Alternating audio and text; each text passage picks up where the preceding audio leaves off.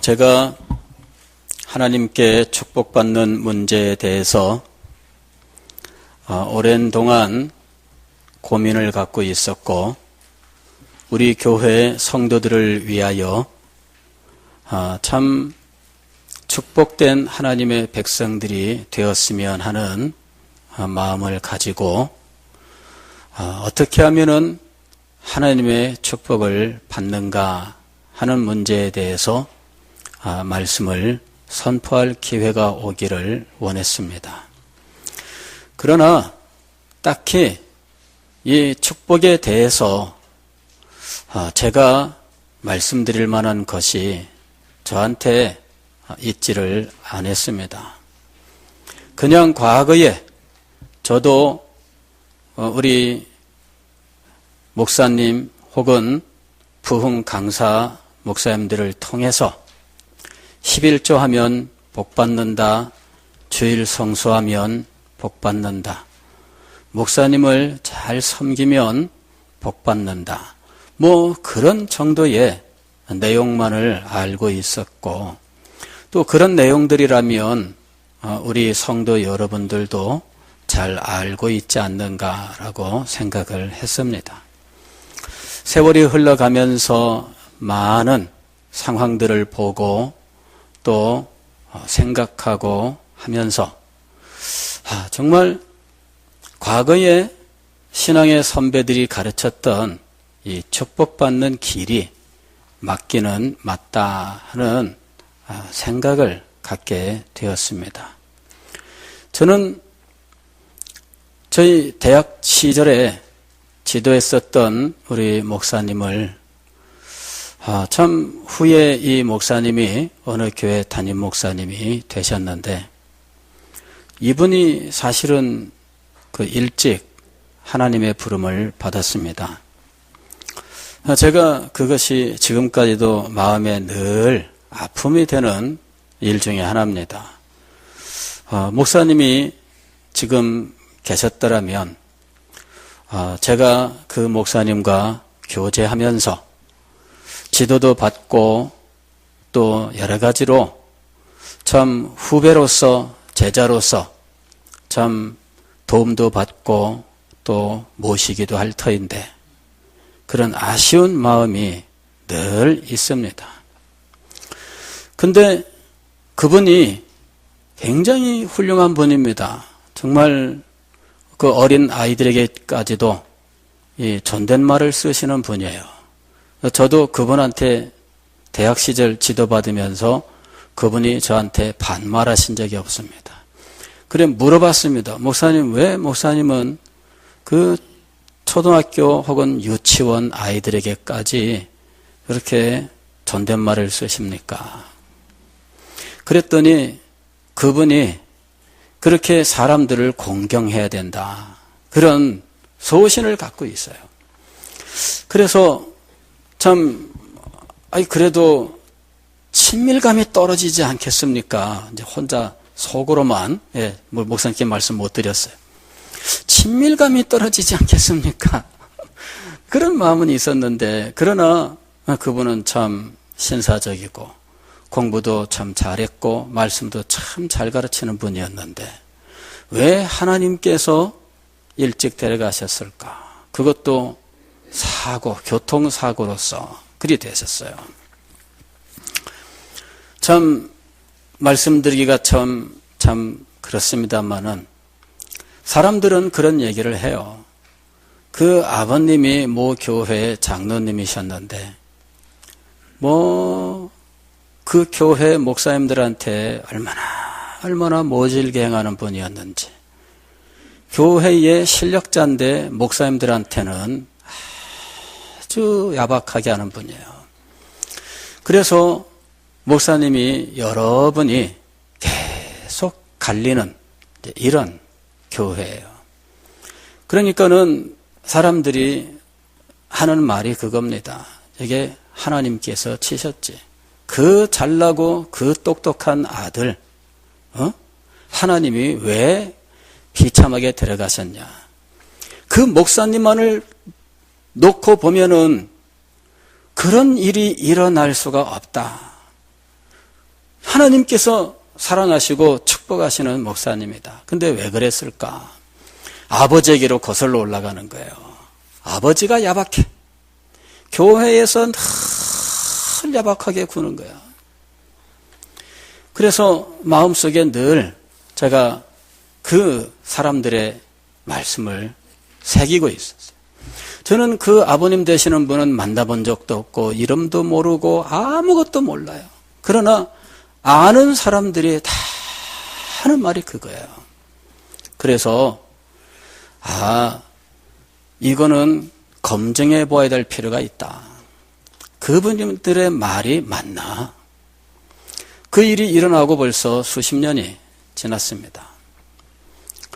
세월이 흐르면서 제가 많은 사건들을 주변에서 목격하면서 교회에 어지럽히는 사람이 잘 되는 일이 없고 목사님 괴롭히고 늘 그 목회를 회방하는 사람이 잘 되는 게 없다.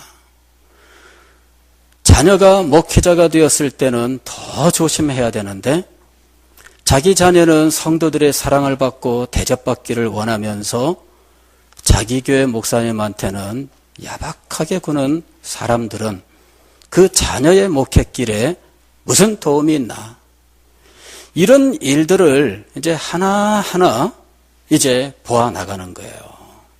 그래서 제가 우리 성도들에게 이런 문제들을 한번 말씀드려야 된다 생각을 하고 말씀을 전하기 시작을 했는데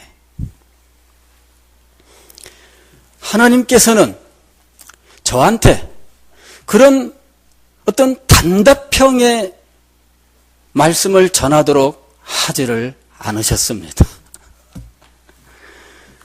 목사님 잘생기면 복 받는 거예요. 교회 잘생기면 복 받는 거예요. 헌금 잘하면 복 받는 거예요. 말은 맞는 것 같아요. 어떤 분들은 거기다가 구체적으로 11조 물질로 섬기면 무슨 물질의 복을 받고 교회를 잘 섬기면 이 자녀의 복을 받고 목사님을 잘 섬기면은 영혼의 복을 받고 분야까지 정해서 말씀을 하시는 경우들도 있어요.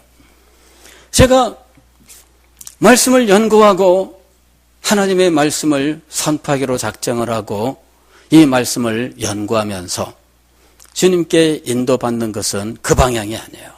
그런 말씀들이 비록 맞기는 맞겠지만은 그러나 그 말씀이 맞는 이유가 뭐냐?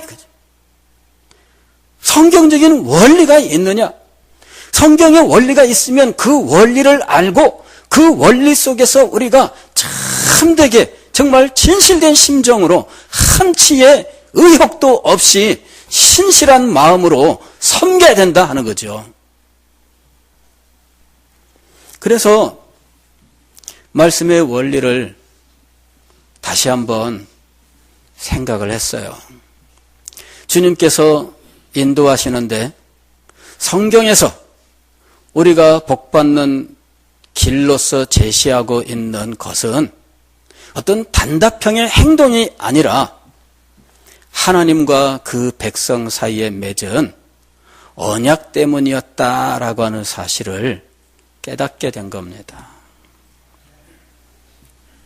그래서 제가 여러분들에게 언약에 대해서 말씀을 드리는 거예요. 성경에서 복이라고 하는 말이 나온다면 이 말은 반드시 하나님의 약속, 하나님의 언약 속에서 나오는 겁니다. 그리고 하나님의 약속이 아니면 복을 받을 수가 없습니다. 약속도 안 했는데 혼자 가가지고 치성 드리면 복 받는 이런 엉뚱한 일이 어디 있겠습니까? 약속이 있었어야 그대로 행하면 약속대로 주시는 것이지 약속도 없었는데 맥없이 뭘 한다고 해서 하늘에서 뭐가 떨어지는 일이 있느냐 하는 거죠. 그래서 제가 성경을 묵상하고 신학을 다시 정리하면서 성도들이 복받는 이유는 하나님의 언약 때문이다 하는 것을 발견하게 된 겁니다. 우리가 복을 받는 것은 하나님께서 우리와 약속하신 것이 있기 때문이에요. 하나님이 우리에게 약속하신 그것을 우리는 언약이라고 부르는 겁니다. 가령 유언을 어떤 분이 돌아가시면서 유언을 합니다. 부모가 돌아가시면서 유언하면서 첫째에게 무엇을, 둘째에게 무엇을, 셋째에게 무엇을 이런 식으로 이 자녀들에게 뭔가 상속할 것을 주게 됩니다. 그러면 유언자가 있으며 그것을 상속받는 사람이 있습니다. 이것은 유언이라고 하는 약속을 통해서 그 상속자들이 상속을 받는 거예요. 이것이 고래로부터 지금까지 내려오는 유언의 원리입니다. 이 유언 자체가 유언자가 상속자들에게 내리는 계약입니다. 그리고 그 계약을 받느냐 받지 않느냐 상속자의 마음이에요. 나는 안 받겠습니다. 그러면 안 받을 수 있어요. 받겠습니다 하면은 받습니다. 이와 같이 유언자가 일방적으로 내리지만 상속자가 받을 수도 있고 받지 않을 수도 있는 이런 특성이 유언 계약의 특징입니다. 그런데 하나님께서 우리에게 주신 언약은 이 유언 계약의 특징을 닮아 있는 거예요. 하나님께서 그 백성에게 일방적으로 줄 것을 약속하셔요. 너에게 무엇을 주겠다. 하나님께서 이렇게 약속을 하십니다. 그러면 이것을 받는 방법이 있어요. 받을 수도 있고 받지 않을 수도 있습니다. 하나님께서 주신 이 언약, 그 일방적으로 주시는 이 계약의 특징을 나타내기 위해서 신학자들은 이것을 언약이라고 하는 말로 구별해서 사용을 하고 있습니다. 그래서 언약이라고 부르는 거예요. 하나님이 마치 유언자가 상속자들에게 남기는 것처럼 일방적으로 주시는 거예요. 그러나 일방적으로 받지만 엄청난 축복이에요. 이것을 받는 방법은 믿음입니다. 하나님께서 나에게 이것을 주실 것이다. 하나님이 약속하신 그것을 내가 믿음으로 받아들이면 이 언약의 축복은 내 것이 됩니다. 그리고 이 언약의 축복을 내 것으로 만들기 위하여 하나님이 언약에 말씀하신 혹은 명령하신 것을 지켜야 돼요. 이것이 언약에 순종하고 언약을 지키는 거예요. 믿음으로 언약을 지키는 자에게는 언약의 축복이 그에게 임하는 것입니다. 우리가 하나님께 축복받는 이유는 바로 이 언약 때문이에요. 우리는 오늘 아브라함이 하나님께 언약을 받는 장면을 읽었습니다. 이것은 처음이 아니라 아브라함의 생애 속에서 여러 차례 반복돼 왔던 것인데 마침내 99세가 되어 이삭을 내년 이맘때에는 아들을 낳을 것이다. 이렇게 약속하시면서 언약을 확실하게 하시는 장면이에요. 처음 이 언약은 창세기 12장 1절부터 3절까지의 기록이 되어 있습니다. 여기 보면은 하나님께서 아브라함에게 나타나셔서 명령하고 계십니다. 너는 너의 고향과 친척과 아버지의 집을 떠나 내가 네게 보여줄 땅으로 가라. 명령이에요, 명령. 근데 이것이 바로 계약입니다. 왜? 하나님께서 일방적으로 주시는 거예요. 일방적으로 주시는 이것에 대해서 어떤 사람들은 불편하게 생각해요. 왜 하나님이 일방적이냐? 하나님이 우리와 비교할 수 없는 탁월한 영광과 권능과 위엄 가운데 계신 분이기 때문에, 그리고 그분께로부터 우리에게 필요한 모든 것들이 오기 때문에 하나님과 우리 사이의 계약은 일방적일 수밖에 없습니다. 마치 부모가 죽으면서 유언을 남길 때 이 유언이 일방적인 것처럼 이것이 무한대로 확장된 것이 하나님과 인간 사이의 관계인 것입니다. 아브라함에게 하나님께서 명령을 하셨습니다. 이것이 언약입니다.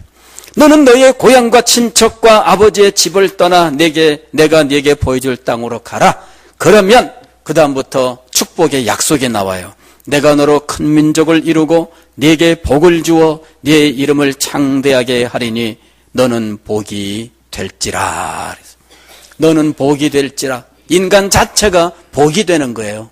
그래서 너를 축복하는 자에게는 내가 복을 내리고 너를 저주하는 자에게는 내가 저주하리니 땅의 모든 족속이 너로 말미암아 복을 얻을 것이라. 여기에 약속하신 것은 큰 민족, 큰 이름, 모든 민족의 복의 근원, 이렇게 세 가지의 약속이 있었어요.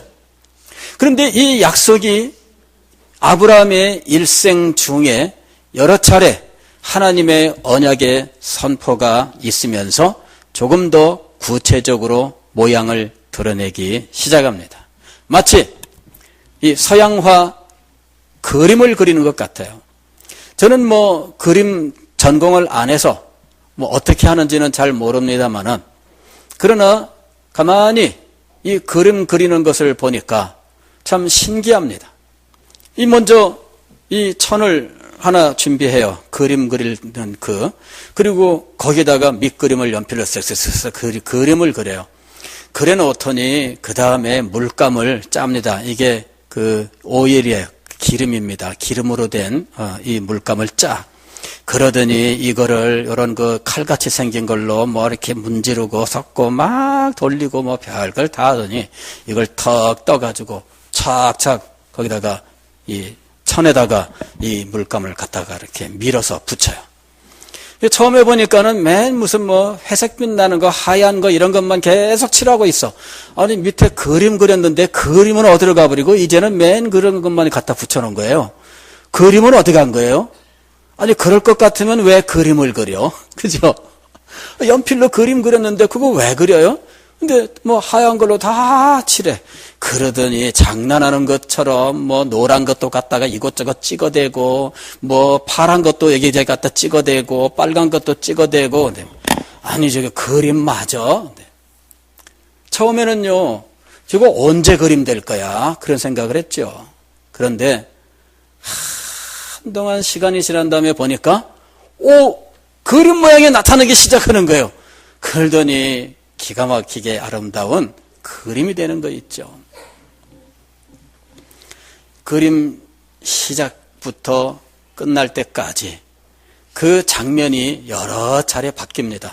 어떨 때는 노란색이 전부를 차지하고 어떨 때는 빨간색만 칠하는 것 같은데 나중에 보니까 온 색깔이 다 제대로 들어간 완벽한 그림이 되는 거예요. 하나님께서 아브라함에게 언약을 주실 때 그의 평생에 걸쳐서 이런 모양으로 언약을 주셨어요. 첫 번째로는 창세기 12장 1절 이하의 언약이에요.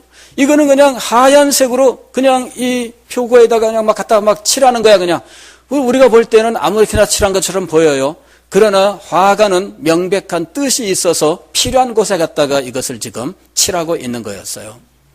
그 다음에는 창세기 13장에 나와요. 롯이, 즉 조카 롯이 아브라함과 불화하면서 떠나갔습니다.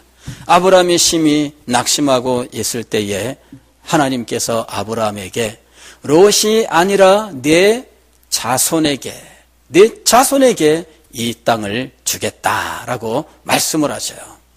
아브라함에게 분명하게 롯에게 소망을 두지 말고 내 자손에게 소망을 두라 하고 말씀을 하시는 겁니다. 그 다음에 또 장면이 바뀌는데 아브라함이 롯이 소돔에 살다가 이 바벨론 지역에 그돌라오멜 연합군에게 포로로 붙잡혀 가는데 자기 집에서 318명의 군대를 이끌고 가서 롯과 그 빼앗긴 탈취물들을 다시 회복해서 가지고 옵니다.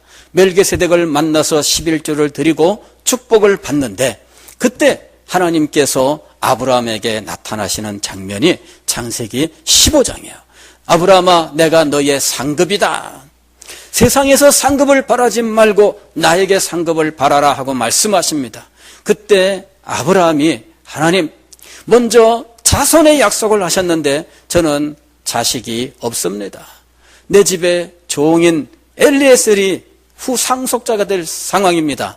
그랬더니 하나님께서 조금 더 분명하게 내 몸에서 날 자가 네 상속자다 이렇게 말씀을 하셔요. 그리고 나서 아브라함이 자기 몸에서 날 상속자를 얻기 위하여 첩 하가를 들여서 이스마엘을 낳는데 하나님께서는 이번에는 그 사람이 내 몸에서 날 상속자는 아니다. 진짜 상속자는 누구냐? 오늘 우리가 읽은 창세기 17장에서 하나님께서 드디어 말씀하시는 거예요. 그런데 이 장면에서 가장 완전하게 하나님께서 언약을 말씀을 하시는 거예요. 2절 말씀 보면 뭐라고 되어 있어요? 내가 내 언약을 나와 너 사이에 두어 너를 크게 번성하게 하리라. 언약을 다시 한번 말씀하셔요. 4절 말씀 보면은 보라 내 언약이 너와 함께 있으니 너는 여러 민족의 아버지가 될지라. 그러면서 이름을 바꿔라 이거죠. 아브람에서 아브라함이에요. 이름이 바뀐 이유는 하나님의 언약의 확실성 때문입니다. 하나님이 반드시 하실 겁니다. 그래서 이름을 바꾸어서 아브라함 이름을 부를 때마다 하나님의 언약을 떠올리게 하는 거죠. 그 다음에 7절 말씀을 보면 내가 내 언약을 나와 너 및 네 대대 후손 사이에 세워서 영원한 언약을 삼고 너와 네 후손의 하나님이 되리라. 여기에 언약에 대해서 계속해서 말씀하셔요. 내 언약입니다. 이미 아브라함에게 벌써 20여 년 전에 주셨던 언약이 있습니다. 그 언약이 처음에는 하얀 칠만 해놓은 것처럼 보였어요. 두 번째로는 노란 칠을 한 것처럼 보였습니다. 세 번째로는 이제 파란색을 칠한 것처럼 보였습니다. 그런데 어느덧 이렇게 칠을 하다 보니까 모양이 드러났어요. 하나님께서 이 모든 언약을 주실 때에 이 언약은 하나님의 축복을 말씀하시는 것인데 이 축복은 그의 자손을 통해서 이루어지는 것이었어요. 이 자손이 구체적으로 드러나요. 창세기 12장 1절에서는 이 자손의 언급이 없어요. 그런데 창세기 13장에 가면은 자손이 나와요. 그리고 15장에 가게 되면은 내 몸에서 날 자라고 나옵니다. 창세기 17장에 가면은 내년에 나온다 그렇게 약속을 하십니다. 점점점 이 자손이 구체화되어 가고 있습니다. 이것이 혈통을 따라서는 이삭을 가리키는 말이지만 갈라디아서 3장 16절 말씀을 보면 이 자손의 약속이 본래 예수 그리스도를 가리키는 것이었다라고 말씀합니다.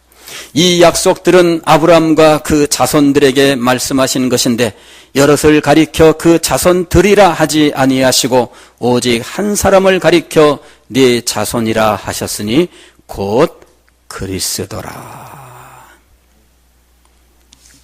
아브라함의 언약은 최종 완성을 언제 보느냐 하면 예수 그리스도에게서 보는 거예요. 즉 그림을 그렸는데 마지막 한 겹의 그림 그것이 있어야 완성돼요. 그런데 그 완성되는 그림은 누구였느냐 하면은 예수 그리스도였던 거예요. 예수 그리스도. 자, 그 다음에 여러 민족의 아버지.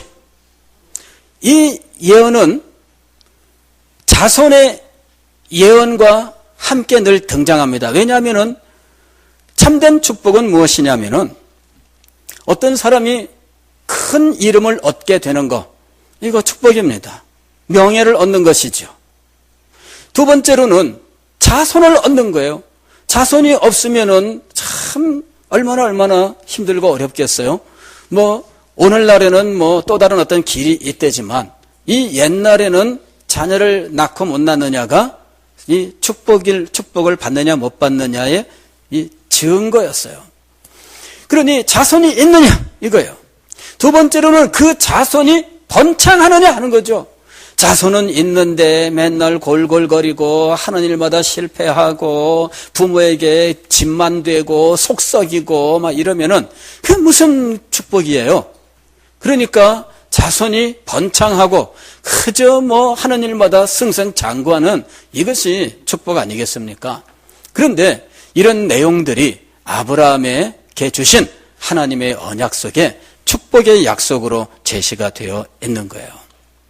그런데 갈라디아서 3장 6절 이하에 보게 되면 이 여러 민족의 아버지 혹은 모든 민족이 너로 인하여 복을 받을 것이다라고 하는 이 말씀이 무엇을 가리키는 것이었는지가 드디어 마지막 그림의 완성으로 드러납니다.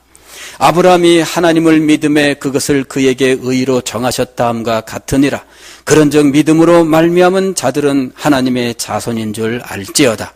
또 하나님이 이방을 믿음으로 말미암아 의로 정하실 것을 성경이 미리 알고 먼저 아브라함에게 복음을 전하니 모든 이방인이 너로 말미암아 복을 받으리라 하였느니라. 어디에 모든 이방인이 너로 말미암아 복을 받을 것이라고 말씀하셨습니까?